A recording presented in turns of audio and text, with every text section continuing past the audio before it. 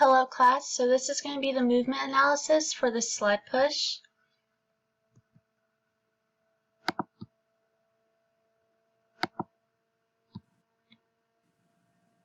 The base of support of the sled push is determined by the surface area of an individual's feet making contact with the ground. The sled promotes a plantar flex ankle at the push-off, sequentially making the surface area of the balls of the feet. Point of contact will change as the sled is driven horizontally as the lower limbs enter and exit ground phase and flight phase alternatingly. The center of gravity will shift superiorly and anteriorly as the individual leaps forward to make contact with the sled. The hands supply 2 points of contact on the sled and will be used to transmit force through the sled to complete the repetition. Since the load is supported by the ground, it will not influence the shift in the center of gravity. The shift will be determined by the individual's forward lean and may be different from person to person due to height and body weight. The majority of the action will be in the sagittal plane due to the movements of flexion and extension. Some movement will slightly occur in the transverse plane due to the tilt of the pelvis and spine. Main movements needed to be produced for this movement occurs at the knees, hips, ankles, and wrists. Proper range of motion needs to be conducted and available for wrist extension, knee flexion, hip flexion, and dorsal and plantar flexion. These movements are utilized through the different phases of concentric, eccentric, and isometric contraction. The muscles that are utilized in the sled push are the abductor and abductor groups, which are used as stabilizers. And the abdominals are isometrically bracing as the lower extremity, flexors, and extensors are firing, producing force to move the sled forward. After the concentric phase, with the first foot pushing through the gastrocnemius, soleus, quadriceps, and hamstrings to propel the sled forward, there will be an eccentric pause as the athlete will reposition themselves to push the sled with the other leg. This concentric movement, followed by a short pause, eccentric break, will in turn cause an active stretch of the muscle followed by an immediate shortening of that same muscle.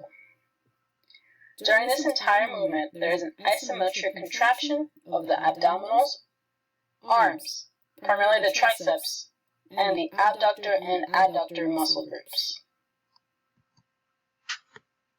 Normally when we talk about moment arms, we're talking about some kind of load creating extra torque, not naturally done by the weight of gravity, but in this case, we have moment arms in every joint of the body, and that will be dependent on the weight of gravity as the person leaps forward to push the sled. So you have, in traditional loads, an axial kind of compression happening, and then you can kind of tell what it's doing to the joint. So if it's further away from the joint, you have a higher torque, which obviously would create a larger moment arm. But in this, the load is being supported by the floor or the weight of the sled. So the highlights in this, even though your shoulders have a small moment arm, and this is all being done by the force of gravity, the highlights are going to be at the hip, the ankle, and the knee, focusing on the lower kinetic chains that are actually propelling the weight forward.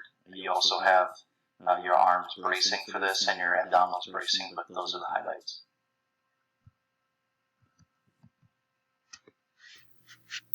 Depending on the athlete's ability and the desired workout, the sled can be loaded with a great deal of load, or if the workout is assigned for distance, the sled can be loaded with little weight. As it says in the name, the sled push is using a sled, so there is no need for a bar. But the path of this is going to follow the floor, so that's going to be dependent on the size of the room or the space that you have to push the sled. It's also going to be dependent on the load that you put on it. So if you're on a track and you're pushing it, you can go 100 meters. But if you're in a confined space like a gym, you only have so much space. So And also the load that you put on it is going to determine how far this thing is going to be able to push, depending on what you want to work. If it's lighter, maybe you're working on power. If you want to work on strength, maybe you load it higher. Or muscular endurance maybe is the one where you're on a track and pushing this with light weight, but a great distance. The speed of the exercise is going to depend on the goal of the exercise in general. Are you working strength? Are you working muscular endurance? Are you working power? So those are the factors that go into it, and then the load would respectively change to meet those needs and to work the muscles in a proper way that is going to achieve the goals that you want for the exercise.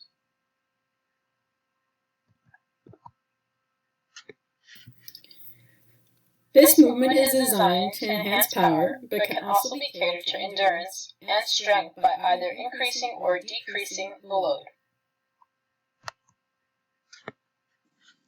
We thought it would be interesting to add a couple alternative modes or variations of the sled push, and the ones we found included sled suicides, prowler sled with resistance bands, prowler sled walking backwards using a belt, prowler sled sprints, and prowler backwards sled push. Being that we are doing this project in the midst of the coronavirus, we started thinking about what to do if we didn't have access to a sled, but we still wanted to do sled pushes. So I looked up a couple different ways that we could do this, and those included using a plyo box or simply a weighted box that you could push using a Techno Gym skill run, which is similar to a treadmill except it has handlebars to do sled pushes and the belt becomes very resistant.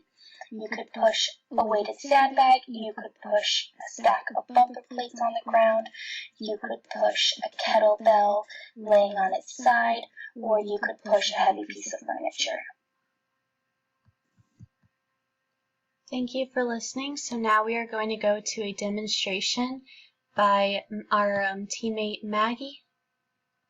So the majority of the action that Maggie will be performing is in the sagittal plane and slightly in the transverse plane when we take her pelvis into account. The main movements that she'll be using requires proper range of motion in her wrist extension, knee flexion, hip flexion, and dorsal and plantar flexion. So as we're about to see, when she pushes the box, she is going to be engaging her adductor and abductor group muscles as stabilizers, and the abdominals are going to isometrically brace as the lower extremity flexors and extensors are firing, producing force to move the sled forward.